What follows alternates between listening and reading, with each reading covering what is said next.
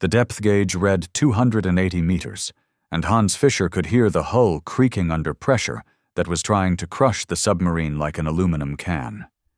He had maybe 40 minutes before carbon dioxide levels would make the crew unconscious, and maybe 6 hours before they suffocated completely, and the chemicals he needed to build an improvised oxygen regenerator were scattered across a storage locker that had flooded during the depth charge attack.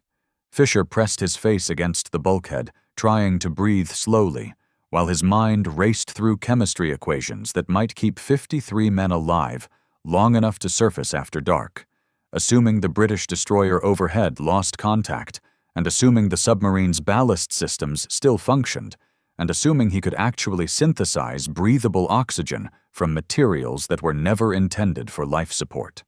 The attack had come without warning at 0400 hours, while U-505 was transiting the mid-Atlantic on course toward American shipping lanes. The British destroyer had appeared on sonar with contact so sudden it suggested either extraordinary luck or intelligence breakthrough that allowed them to predict U-boat patrol routes.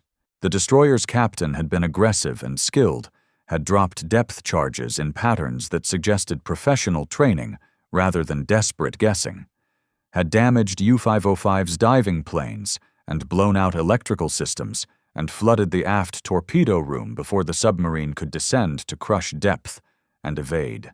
Fischer had been thrown against a valve manifold when the first charge detonated close, had felt the concussion wave punch through the hull, had watched instruments shatter and lights fail, and crew members scream in darkness that suddenly seemed permanent. The captain had ordered emergency dive to 280 meters, pushing the submarine past its rated depth limit because staying shallow meant death from depth charges, while going deeper only meant death from pressure if the hull failed. The gamble had worked partially. The destroyer lost sonar contact at extreme depth and stopped dropping charges, began circling overhead in search pattern that suggested they knew the submarine was down here, but couldn't pinpoint location accurately enough to waste ordnance. But the gamble had trapped U-505 on the ocean floor with damaged systems and depleting oxygen, had traded immediate death from explosives for slow death from suffocation, unless someone solved problems that submarine design hadn't anticipated. Fischer was the boat's engineering officer, and solving impossible problems was theoretically his responsibility. But his training covered mechanical systems and electrical repairs, covered keeping diesel engines running and torpedo tubes functioning, covered nothing about emergency oxygen generation from improvised materials. He knew submarine crews carried chemical oxygen generators for emergencies, but those generators were located in the flooded torpedo room, were currently underwater and unusable, were designed for situations less catastrophic than complete electrical failure at crush depth with British destroyer hunting overhead. The standard solution was unavailable, which meant Fischer needed non-standard solution fast, needed chemistry knowledge he had learned in university 15 years ago and mostly forgotten, needed to improvise life support system using whatever materials the submarine carried for other purposes. He made his way forward to the commander's compartment where the captain was calculating their remaining time against oxygen depletion rates. The captain looked exhausted and terrified in ways that commanders tried to hide, but couldn't quite manage when trapped underwater with crew, depending on decisions that might all be wrong. Fischer reported that standard oxygen generators were inaccessible, and the captain asked about alternatives in voice that expected no good answers. Fischer mentioned limestone and hydrogen peroxide, materials the submarine carried for different purposes, but which theoretically could produce oxygen through chemical reaction he half remembered from university chemistry. The captain stared at him for 3 seconds, then told him to try anything that might work, because trying and failing seemed preferable to waiting for suffocation. Fischer had to recreate the chemistry from fragmentary memory while breathing air that was already getting stale. Calcium carbonate, limestone, could release carbon dioxide when treated with acid, but that produced the wrong gas and made their situation worse. But if he could capture the calcium oxide that remained and expose it to hydrogen peroxide. The reaction might produce oxygen as byproduct. Maybe. The chemistry was uncertain, and his memory was unreliable, and executing complex chemical procedure in damaged submarine at crush depth seemed likely to produce either nothing useful or toxic gas that would kill faster than suffocation.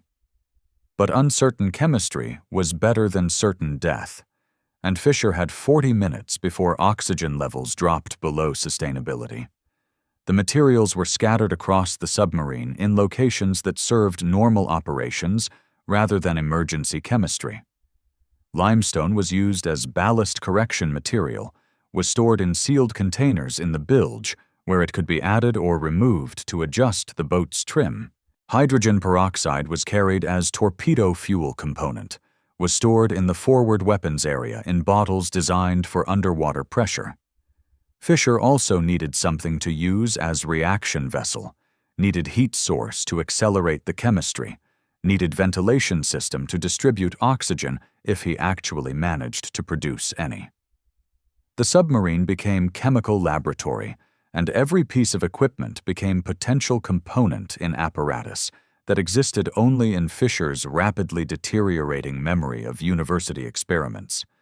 He gathered crew members who weren't unconscious from carbon dioxide buildup and explained what he needed: limestone from the bilge, hydrogen peroxide from weapons storage, any container that could be sealed and heated, tubing that could route gas through the submarine's ventilation system. The crew moved with desperate efficiency that came from understanding they were participating in their own rescue attempt, were helping construct apparatus that might save them or might simply provide purposeful activity while they suffocated. Fisher appreciated their focus because panic would have made the work impossible, because he needed people following instructions precisely when he wasn't entirely certain the instructions made sense. 25 minutes of oxygen remaining, and Fisher had assembled improvised oxygen generator that looked like nothing any submarine engineer would recognize. He had limestone chunks in a steel pressure cooker borrowed from the galley, had hydrogen peroxide ready to add through tubing he had rigged from damaged torpedo systems, had a burner underneath jury-rigged from emergency flare chemicals that might or might not provide sufficient heat to drive the reaction.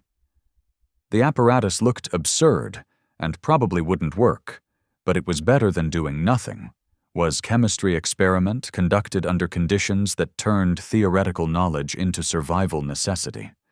He initiated the reaction by adding hydrogen peroxide to heated limestone and immediately produced gas that he prayed was oxygen, but might equally be carbon dioxide or chlorine or some toxic compound his failing memory hadn't predicted.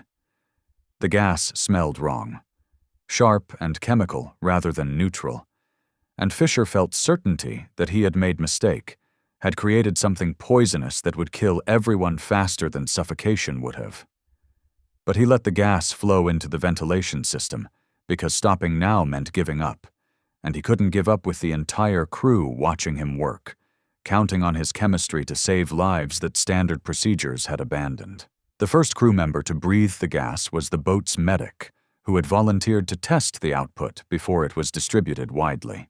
Fisher watched the medic's face, looking for signs of improvement or toxic reaction, seeing nothing clearly diagnostic in the dim emergency lighting that remained after electrical systems had failed. The medic breathed for 30 seconds, then reported he felt better, felt less dizzy, felt like maybe the gas was actually helping. The report might have been wishful thinking or placebo effect or psychological desperation for good news, but Fisher opened the ventilation system wider and let the gas flow through the submarine while he monitored the crew for signs of either recovery or mass poisoning. The oxygen levels began rising, slowly, insufficiently, but rising, as measured by the one gauge that still functioned after the depth charge attack. Fisher's improvised generator was producing something that air quality instruments recognized as oxygen, was creating breathable atmosphere from chemistry that shouldn't have worked under these conditions, was proving that desperate improvisation could sometimes succeed despite seeming impossible. The crew began breathing more easily, and consciousness returned to men who had been slipping into carbon dioxide stupor, and Fisher allowed himself to believe that maybe they would survive long enough to attempt surfacing after the British destroyer departed. But the generator was consuming hydrogen peroxide faster than Fisher had calculated, and the submarine's supply was finite. He had enough peroxide for maybe 4 hours of oxygen generation at current consumption rate, and they needed to remain submerged for at least 6 hours to ensure the destroyer had moved to different patrol zone. The mathematics of survival didn't balance, and Fisher needed to either reduce oxygen consumption or find additional peroxide, or accept that they would run out of breathable air before they could safely surface. None of those options seemed achievable, but he had already accomplished one impossible task today, and maybe impossible was just difficult when examined with sufficient desperation. He ordered the crew to minimize physical activity to reduce oxygen consumption, told everyone to lie still and breathe slowly, and conserve the atmosphere his generator was producing. The submarine became eerily quiet as 50 men tried to breathe less, tried to metabolize slowly, tried to reduce their biological oxygen requirements through sheer willpower. The quiet was unsettling in a way that activity hadn't been.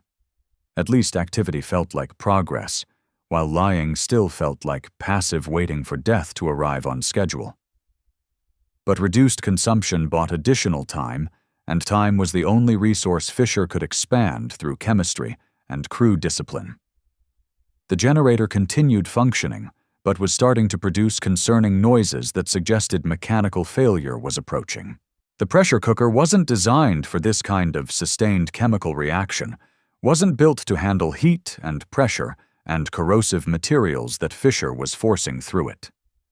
The makeshift apparatus was deteriorating in real time, and Fisher didn't have spare components or time to rebuild it before failure occurred. He monitored the generator constantly, adjusting flow rates and temperature to extend its operational life, while knowing that eventually the chemistry would stop working and the submarine would return to suffocating in darkness. 8 hours submerged, and the hydrogen peroxide was nearly exhausted. The generator had functioned far longer than Fisher's initial calculations predicted, had produced enough oxygen to keep the crew conscious through night hours, when British destroyer hopefully had departed to patrol elsewhere. The captain ordered the submarine to begin slow ascent, rising from 280 meters toward periscope depth, where they could assess whether the surface remained hostile or had become survivable. The ascent was agonizingly gradual because rapid rising might create noise the destroyer could detect, might bring them to surface in firing range if the British hadn't actually departed. At periscope depth, the captain surveyed the surface and reported the destroyer was gone, had moved to patrol pattern that took it over the horizon. The submarine surfaced fully, and opened hatches and fresh air poured into compartments that had been sealed for 8 hours. Fisher climbed to the conning tower and breathed Atlantic wind that felt impossibly sweet after hours of breathing atmosphere that had been recycled through improvised chemistry. His generator had kept 53 men alive through conditions that should have killed them, had transformed chemistry theory into survival fact, had proven that submarine engineering could be improvised in emergencies if the engineer understood principles rather than just procedures. The submarine's damage was extensive and required weeks of repairs at port facilities that might or might not be accessible depending on Allied naval patrols. The captain decided to attempt return to France rather than continue patrol mission, decided that U-505 was too damaged to prosecute war effectively, decided that survival trumped operational objectives when the boat could barely function.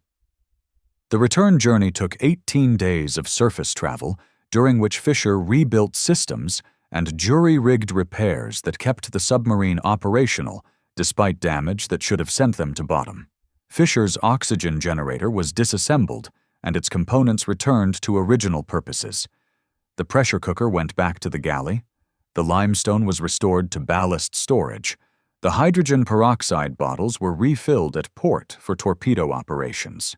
The apparatus that had saved the crew existed only in memory and in Fisher's technical notes that he wrote during return journey while the chemistry remained fresh in his mind.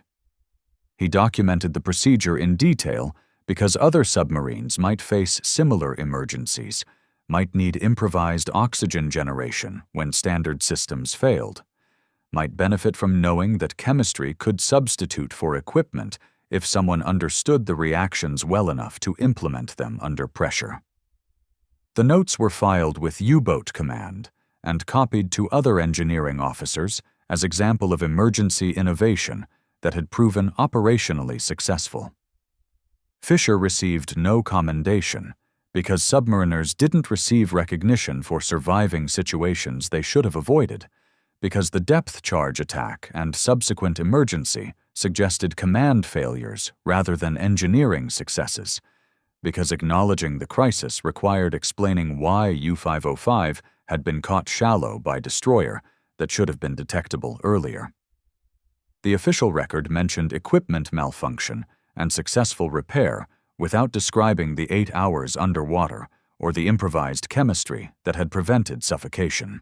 Fisher continued serving aboard U-505 through additional patrols that were progressively more dangerous as Allied anti-submarine capabilities improved. The Atlantic was becoming death trap for U-boats as radar and sonar technology advanced, as convoy protection intensified, as cryptographic intelligence allowed Allies to predict patrol routes with increasing accuracy. U-505 survived longer than most boats, but survival was statistical anomaly rather than sustainable condition, was temporary luck in operational environment that killed submarines with methodical efficiency. The boat was finally captured in June 1944 when American destroyer Escort forced it to surface and boarding party seized it before the crew could implement scuttling procedures. Fisher was among those captured, spent remainder of war in POW camp in Louisiana, where he worked as mechanic and tried not to think about submarines or depth charges or the hours trapped underwater with improvised oxygen generator keeping him conscious. The capture was humiliating, but also relieving. Meant he wouldn't die in submarine, wouldn't drown in Atlantic, wouldn't suffocate while trying to repair systems that were damaged beyond any reasonable hope of restoration. After the war, Fisher returned to Germany and resumed civilian engineering career, working for industrial firms that needed people who understood pressure systems and mechanical repair. His submarine experience was relevant only insofar as it demonstrated problem-solving capability under extreme conditions, was marketable skill that employers valued without needing to know specific details about U-boat operations or emergency oxygen generation. He rarely discussed his wartime service because U-boat veterans were reminded constantly that they had fought for a regime that most Germans were trying to forget, were associated with military operations that post-war society preferred to not acknowledge. The oxygen generation technique Fisher improvised never became standard submarine emergency procedure because submariners considered the scenario too unlikely to justify training, and because the chemistry was too dangerous to implement without someone who thoroughly understood the reactions involved.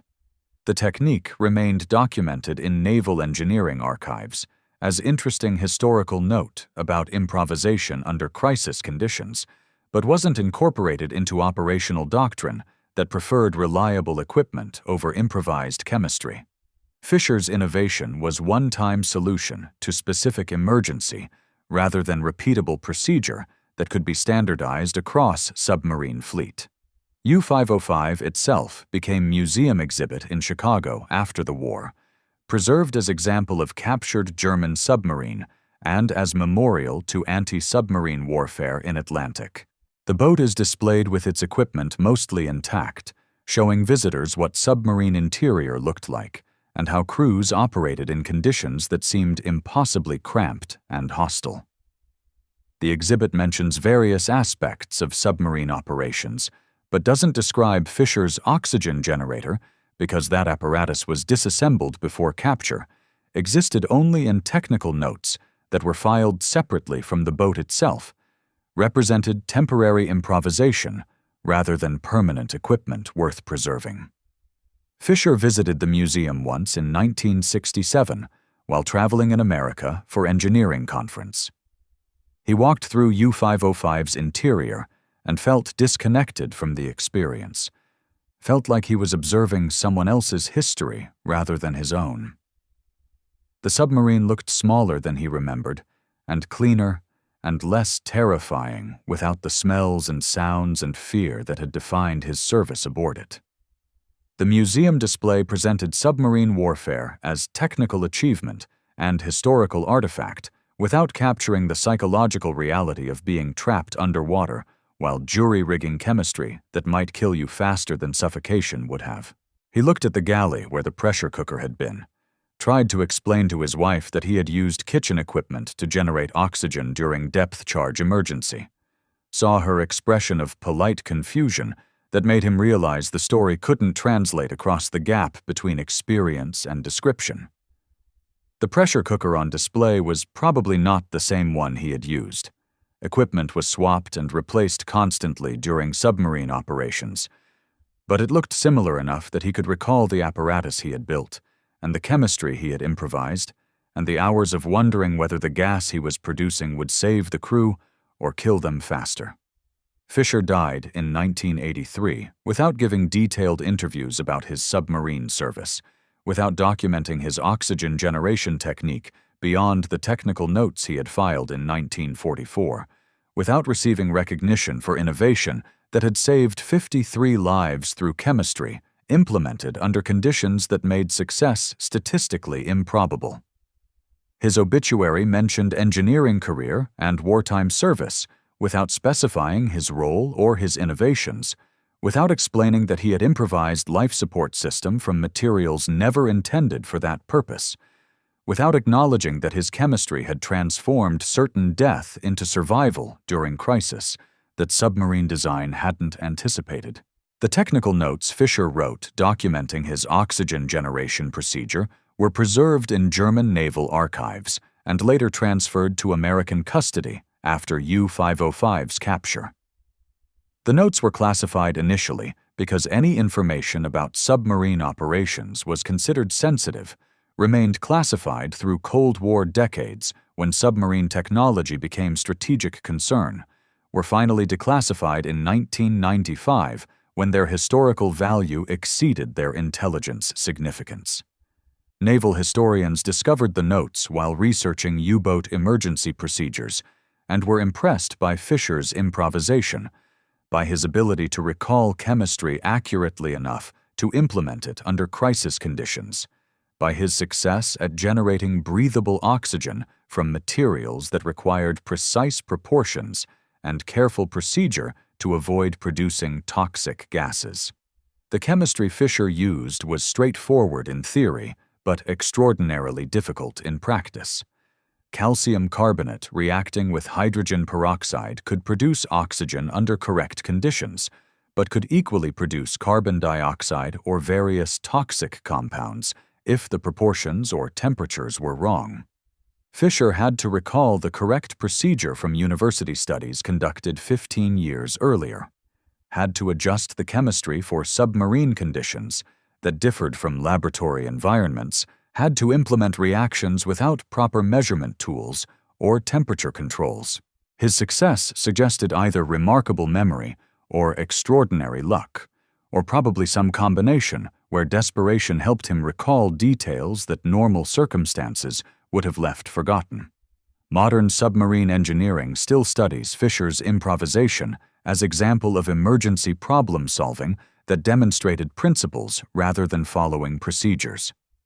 Submarine operations emphasize redundancy and backup systems that should prevent scenarios like Fisher encountered, but engineers acknowledge that equipment fails and emergencies occur, and understanding fundamental principles allows improvisation that strict procedural training wouldn't enable. Fisher had understood chemistry well enough to recognize that limestone and hydrogen peroxide could produce oxygen, had understood it well enough to implement the reaction, despite lacking proper equipment, had demonstrated that engineering education focused on principles rather than just procedures could enable survival in situations that equipment and training hadn't anticipated. The improvised generator had limitations that Fisher documented carefully in his technical notes. The apparatus consumed hydrogen peroxide rapidly, and submarines carried limited supplies, making the technique viable only for short-duration emergencies rather than sustained life support. The chemistry required careful monitoring to prevent toxic gas production and required someone with sufficient knowledge to adjust reaction parameters in real time. The generator produced oxygen, but also produced heat and moisture that complicated submarine environmental controls, could potentially create conditions that damaged other systems or made crew compartments uninhabitable through different mechanisms than oxygen depletion. But despite limitations, the technique had worked when standard solutions were unavailable, had kept crew alive through 8 hours when all official procedures suggested they should suffocate. The success validated Fisher's engineering philosophy that understanding principles mattered more than memorizing procedures. That improvisation became possible when you knew why things worked, rather than just how to operate them according to manual. His submarine training had taught him to maintain equipment and follow procedures, but his university education had taught him chemistry and physics that allowed him to engineer solutions when equipment failed and procedures became irrelevant. The British destroyer that had attacked U-505 never learned about the oxygen generator or the 8 hours the submarine spent on the ocean floor with improvised life support. British naval records show the attack as probable kill because the destroyer lost contact and the submarine didn't surface or transmit radio signals for extended period. The British captain filed report claiming U-505 as destroyed and moved to different patrol area, satisfied that depth charges had eliminated another German submarine. The actual survival was unknown to British intelligence until after the war, when captured records revealed that U-505 had escaped and continued operations for another year before final capture. The disconnect between British assessment and German reality was common in submarine warfare, where confirmation of kills was difficult and where both sides had incentive to claim successes that might not have occurred. Destroyers reported submarines sunk based on evidence that was often ambiguous, while submarine commanders reported successful escapes from attacks that British records claimed as kills. The truth existed somewhere in operational records that both sides kept, but which weren't reconciled until decades after the war, when historians gained access to archives that remained classified during Cold War tensions. Fisher's engineering capability was typical of U-boat officer training that emphasized technical education and practical problem-solving. German submarine crews were selected for technical aptitude and educated in engineering principles that went beyond operational training, were taught physics and chemistry and mechanical theory that allowed them to understand their boats at fundamental level. The educational emphasis produced officers who could improvise when equipment failed, who could recognize alternative solutions that pure procedural training wouldn't suggest, who could transform theoretical knowledge into practical applications under crisis conditions. The emphasis on technical education reflected German naval philosophy that submarines were complex machines requiring officers who understood them completely, rather than just operators who could follow procedures. The philosophy worked well in early war years when German submarines dominated Atlantic, and technical superiority compensated for numerical disadvantages. But as the war progressed and Allied capabilities improved, technical sophistication couldn't overcome strategic and tactical disadvantages that made submarine operations increasingly suicidal, regardless of how well crews understood their boats. Fisher's oxygen generator represented peak capability of U-boat engineering culture. highly educated officer improvising solution to crisis using fundamental scientific knowledge rather than equipment or procedures. The improvisation saved his boat during one emergency, but couldn't save the U-boat campaign from strategic defeat that came from Allied technological advances and numerical superiority that overwhelmed German tactical innovations. Individual engineering successes like Fischer's couldn't compensate for operational environment that had turned decisively against submarines, couldn't prevent the systematic destruction of U-boat fleet through attacks that individual boats couldn't escape through technical cleverness alone. The museum in Chicago preserves U-505 as memorial to anti-submarine warfare, but also inadvertently preserves memory of Fischer's innovation through documentation that accompanies the boat. The technical notes describing oxygen generation are stored in museum archives where researchers can access them, where Fischer's emergency chemistry is preserved as historical artifact alongside the submarine where he implemented it. The preservation is incomplete. The actual apparatus doesn't exist. The experience of building it under crisis conditions can't be recreated. The fear and desperation that motivated the improvisation remain inaccessible to researchers who study the technical notes without having lived through submarine emergencies. Fischer's wife destroyed most of his personal papers after his death in accordance with his wishes that his submarine service not be documented extensively. She preserved his engineering awards and civilian career records, but discarded wartime materials that he had felt complicated rather than enhanced his legacy. The destruction eliminated primary source materials that historians later wanted to study, eliminated Fischer's own perspective on the oxygen generator and other submarine experiences, left his story preserved mainly through official technical notes that described procedure without capturing experience. The pressure cooker from U-505's galley is stored in museum archives as spare equipment rather than as exhibit piece, is catalogued as generic kitchen equipment without notation that similar device might have been used for emergency oxygen generation.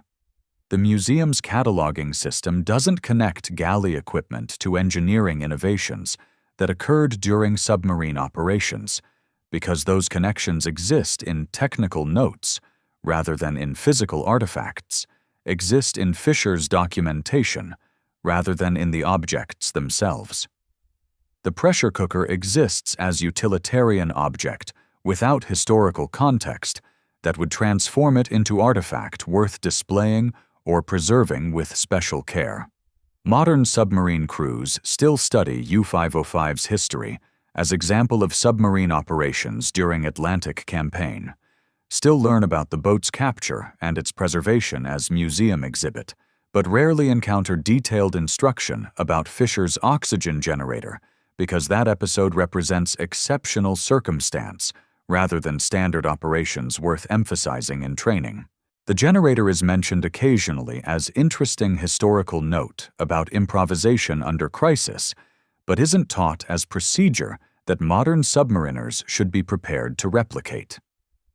Modern submarines have redundant oxygen systems and emergency protocols that should prevent scenarios where crew would need to improvise chemistry, making Fischer's technique historically interesting but operationally obsolete. The obsolescence doesn't diminish the innovation's significance during the specific crisis where it proved necessary. Fischer saved his crew through chemistry that he recalled and adapted and implemented under conditions that would have justified panic rather than systematic problem-solving, through understanding that allowed him to recognize solution that training hadn't covered and equipment hadn't provided. His success demonstrated human capability to innovate under extreme stress when understanding principles rather than just memorizing procedures, when education emphasized comprehension rather than just competence, when crisis demanded creativity rather than routine compliance with standard operations. The 8 hours U-505 spent on the ocean floor with improvised oxygen generation represented interval where chemistry substituted for equipment, where knowledge compensated for damaged systems, where improvisation bridged the gap between submarine design and battlefield reality. The interval ended when the boat surfaced, and fresh air eliminated need for generator, when standard operations resumed and improvised solutions returned to being theoretical possibilities rather than operational necessities. But during those 8 hours, Fisher's chemistry was the difference between survival and death for 53 men who breathed oxygen that shouldn't have been producible from materials the submarine carried for completely different purposes. The crew's response to Fisher's improvisation revealed hierarchies that existed beneath official military structure. Some crew members had dismissed him previously as engineer, who understood theory better than practical operations, who approached problems with scientific analysis rather than sailor's intuition developed through experience. The oxygen generator forced reassessment of those judgments, demonstrated that theoretical knowledge became intensely practical when circumstances made standard procedures irrelevant, proved that understanding chemistry at fundamental level could save lives that mechanical competence alone couldn't preserve. The respect Fisher gained was grudging and incomplete. Submariners valued practical skill over academic knowledge even when academic knowledge proved operationally decisive, but it changed how crew members approached him with problems and how they evaluated his suggestions during subsequent emergencies. The submarine's return to port revealed damage extensive enough that repair crews initially suggested U-505 should be decommissioned rather than restored to operational status. The depth charges had cracked pressure hull in locations that required dry dock work beyond what field facilities could accomplish, had destroyed electrical systems that needed complete replacement rather than repair, had damaged diving planes in ways that made the boat's underwater maneuverability questionable even after structural fixes were completed. But submarine losses were accelerating faster than construction could replace them, and U-Boat Command decided that partially functional submarine was preferable to no submarine, decided that U-505 would be repaired despite costs and despite questions about whether the boat could survive additional combat operations. Fisher supervised repairs with attention to details that other officers might have dismissed as excessive perfectionism. He insisted that every electrical connection be tested multiple times, that hull welds be inspected with techniques beyond standard requirements, that backup systems be installed for equipment that doctrine considered reliable enough to not require redundancy. His caution came from the depth charge attack and the hours spent improvising solutions to problems that better preparation might have prevented, came from recognition that submarine survival depended on systems functioning correctly under conditions that exceeded their design parameters. The other officers tolerated his perfectionism because U-505 had survived when it should have been destroyed, and Fisher's chemistry had been the difference, because his judgment about engineering reliability had been validated through crisis that revealed how quickly submarine systems could fail catastrophically. The repaired submarine returned to patrol duty in the Atlantic, where Allied anti-submarine capabilities had improved dramatically during the months U-505 had been under repair. Radar technology allowed destroyers to detect submarines at ranges that made surface operations nearly suicidal. Aircraft patrols covered convoy routes with intensity that made periscope observations dangerous. Cryptographic intelligence allowed Allies to predict patrol areas with accuracy that suggested German communications were compromised at fundamental level. U-Boat Command continued sending submarines into Atlantic because strategic requirements demanded pressure on Allied shipping, even when tactical conditions made submarine operations statistically fatal, because withdrawing from Atlantic would concede complete naval superiority that would make eventual invasion of Europe unstoppable. Fisher participated in 3 additional patrols after U-505's return to service and watched submarine warfare transform from predatory hunting to desperate survival. The early war years when U-boats had dominated Atlantic were memory that seemed almost fictional when compared to current operations where submarines spent most of their time hiding from detection, and brief combat encounters usually ended with the submarine being hunted rather than attacking successfully. The strategic balance had shifted completely, and submariners understood they were fighting losing campaign where individual survival was luck rather than skill, where each patrol reduced the statistical probability of returning to port alive. The psychological toll of extended submarine operations manifested differently across crew members. Some became fatalistic and reckless, taking unnecessary risks because constant danger made careful behavior seem pointless when death appeared inevitable, regardless of precautions. Others became paralyzed by anxiety, questioned every decision, and saw threats in routine situations, eventually became operationally ineffective because fear prevented them from functioning normally. Fisher's response was analytical detachment, where he focused on mechanical systems and engineering problems, while trying not to think about broader context that made submarine warfare increasingly futile. The detachment was psychological defense mechanism rather than genuine emotional neutrality, but it kept him functional when other officers were breaking down under accumulated stress. The boat's final patrol began in May 1944, with orders to interdict supply convoys heading toward England in preparation for anticipated Allied invasion. U-boat command knew invasion was coming, but didn't know when or where, needed submarines to gather intelligence while disrupting supply lines that would support invasion forces. The mission was operationally critical and tactically suicidal. The English Channel approaches were defended with intensity that made submarine operations nearly impossible, were monitored by aircraft and surface vessels operating in coordinated patterns that gave submarines nowhere to hide effectively.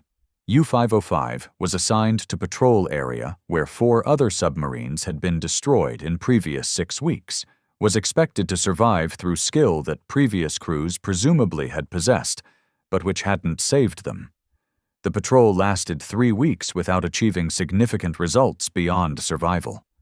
U-505 detected several convoys but couldn't approach within torpedo range because escort vessels were too numerous and too alert, couldn't surface because aircraft patrols were constant, couldn't even transmit intelligence reports because radio emissions would reveal position to direction-finding systems that Allied forces used to coordinate submarine hunting.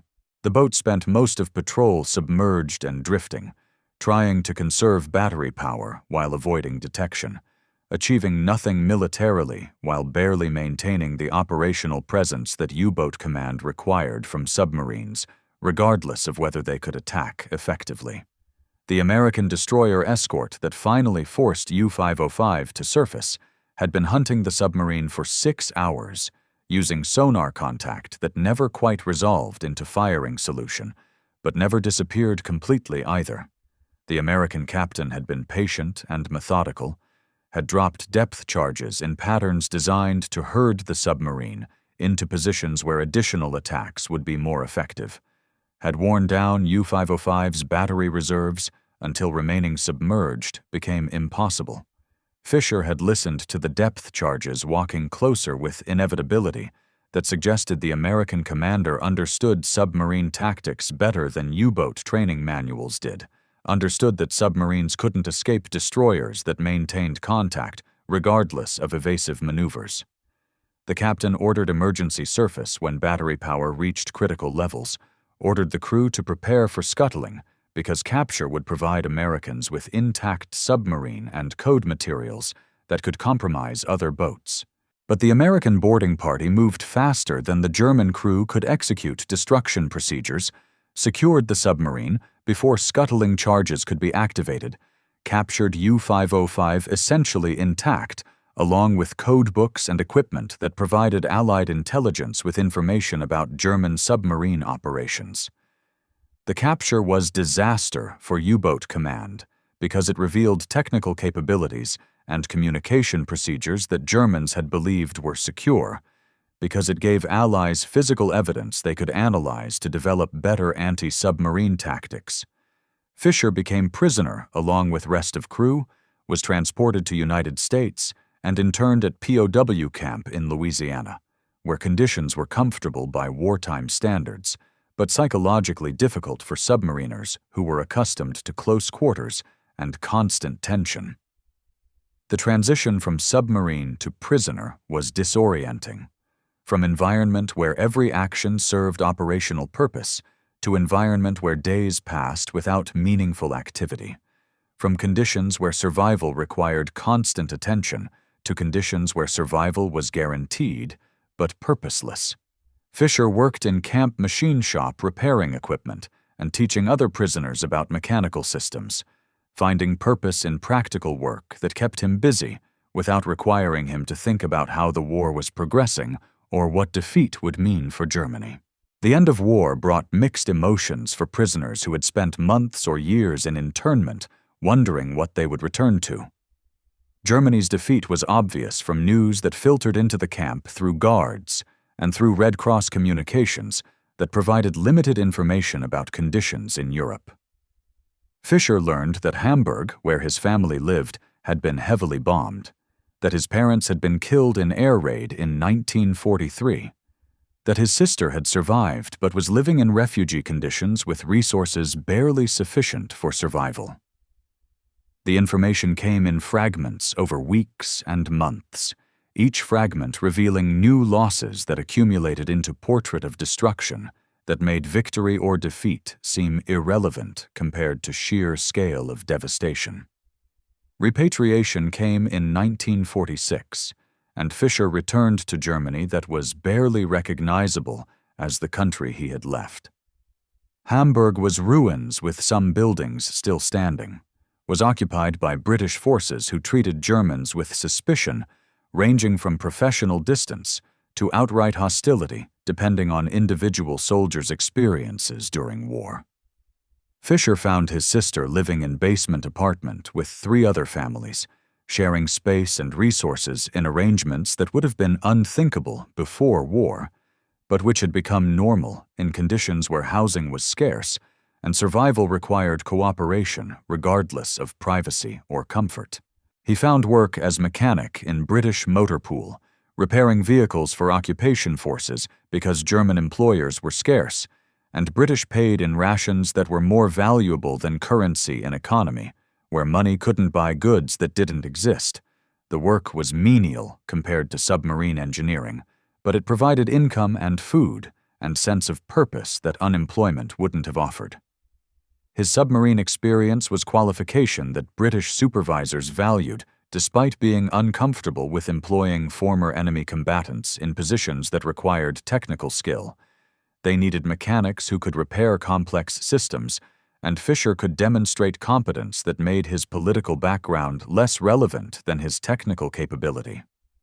The years rebuilding Germany were harder psychologically than submarine service had been, because submarine operations had provided clear purpose, while rebuilding offered only grinding persistence without certainty that improvement would ever materialize. Fisher worked and saved money and eventually transitioned to civilian engineering firm that was reconstructing Hamburg's industrial infrastructure that needed engineers who understood mechanical systems and could improvise solutions with limited resources.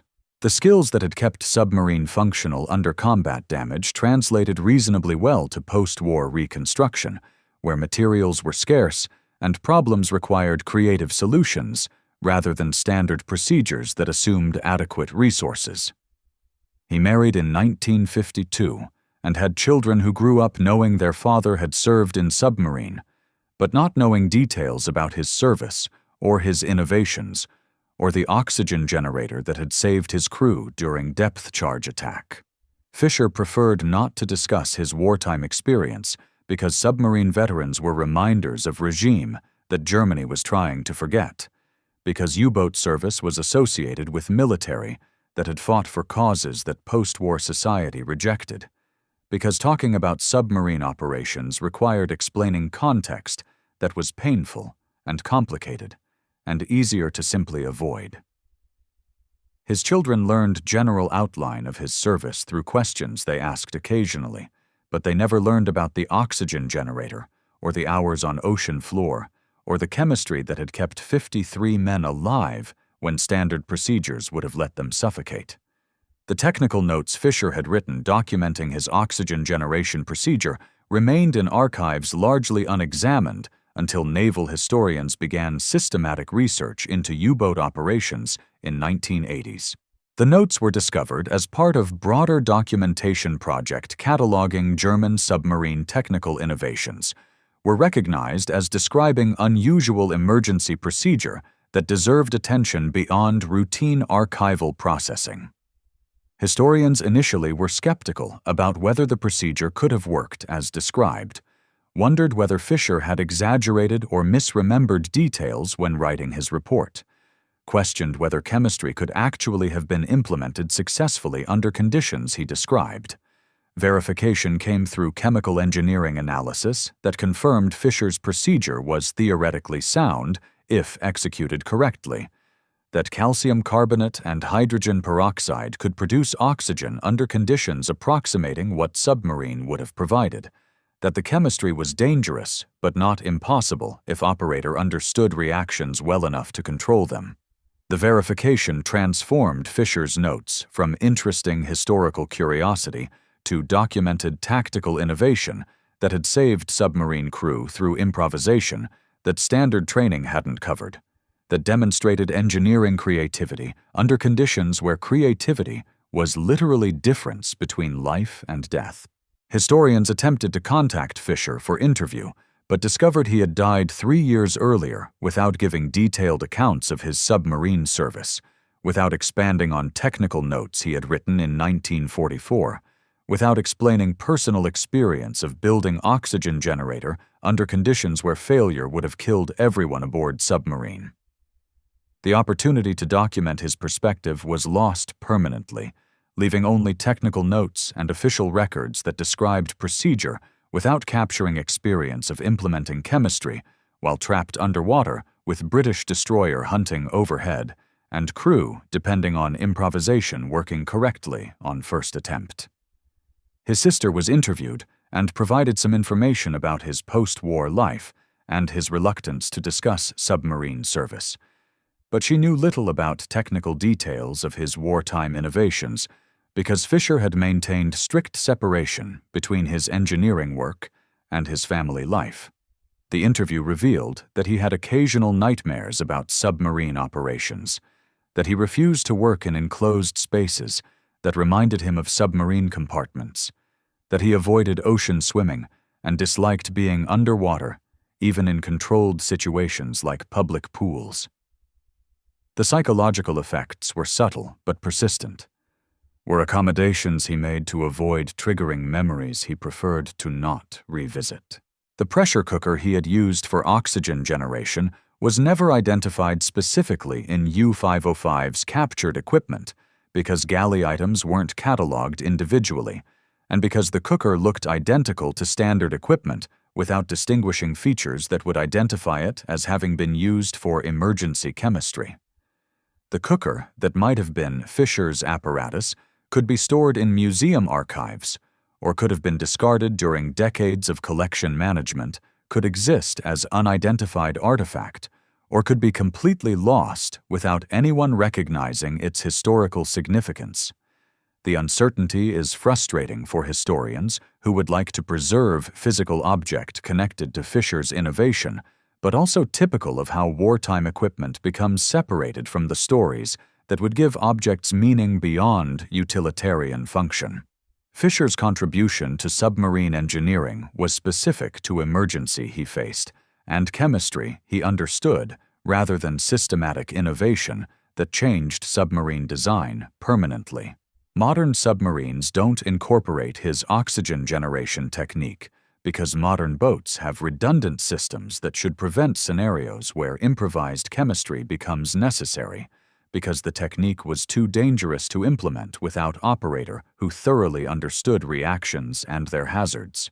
But Fisher's innovation remains studied as example of how fundamental scientific knowledge allows improvisation when equipment fails, how understanding principles rather than just procedures enables creativity under crisis conditions, how education that emphasizes comprehension rather than just competence produces engineers who can solve problems that training never anticipated.